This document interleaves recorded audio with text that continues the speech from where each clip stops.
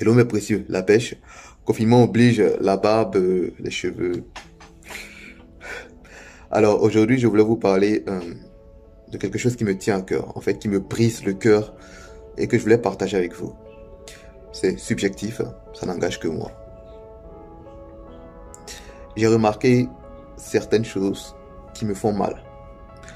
Je suis chrétien, ok? C'est-à-dire que je crois que Jésus est Seigneur, qu'il est le Fils de Dieu et que, il a donné sa vie pour moi. Alors je décide de le suivre. C'est ça, mon engagement de chrétien. Et suivre quelqu'un, c'est écouter ce qu'il dit et faire ce qu'il dit. Jésus même le dit, celui qui m'aime, c'est celui qui écoute ma parole et qui la met en pratique.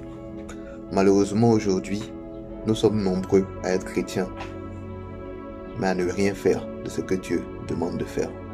Déjà même dans notre quotidien, dans notre vie de tous les jours, on a le choix entre faire la volonté de Dieu et faire notre volonté. Et très souvent, la volonté de Dieu, on la met à la poubelle. C'est un fait. On a la possibilité de pardonner, mais on ne pardonne pas. On a la possibilité d'aimer, mais on n'aime pas. C'est étrange quand même. On est tous de la famille des chrétiens, mais on se voit dans la rue, on s'ignore. On ne se connaît pas. Chacun sa vie. C'est comme si Dieu n'a qu'à nous bénir.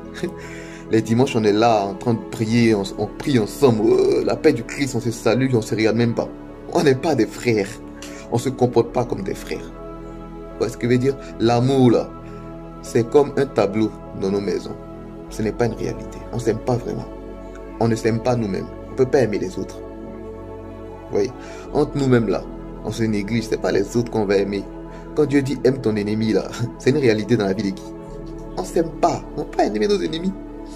En vérité, on n'écoute pas ce que Dieu veut. Ok? Lorsqu'on va à l'église et que le prêtre fait son homélie, on l'écoute, qu'on est content, on applaudit. Et après on oublie. Voilà un peu ce que nous sommes. On ne fait pas la volonté de Dieu. Nous sommes de faux chrétiens. Vous voyez, il y a Judas qui a trahi Jésus. On n'est pas différent de Judas en fait. Parce que en apparence, on joue les bons chrétiens, mais en vrai, on se comporte comme tout le monde. On n'est pas des lumières. On fait tout ce que les autres font, tout le mal qu'ils font. On rentre dans l'infidélité, on rentre dans le mensonge, on rentre dans tout ce que Dieu défend. Et les dimanches, on se sape, on va s'asseoir à l'église et on fait semblant d'être de bons chrétiens. Voilà ce que nous sommes. Alors, souvent, quand je pense à ça, j'ai mal, parce que je reconnais que je fais ça aussi. Et je veux changer. Alors maintenant, j'ai trouvé une astuce. Lorsque je suis sur le point de poser une action, je me demande, tu le fais pour toi ou tu le fais pour Dieu? Quand je suis en colère et que je veux réagir à quelque chose, tu le fais pour toi ou tu le fais pour Dieu? Je vous pose la question. Vous faites les choses pour vous ou vous le faites pour Dieu?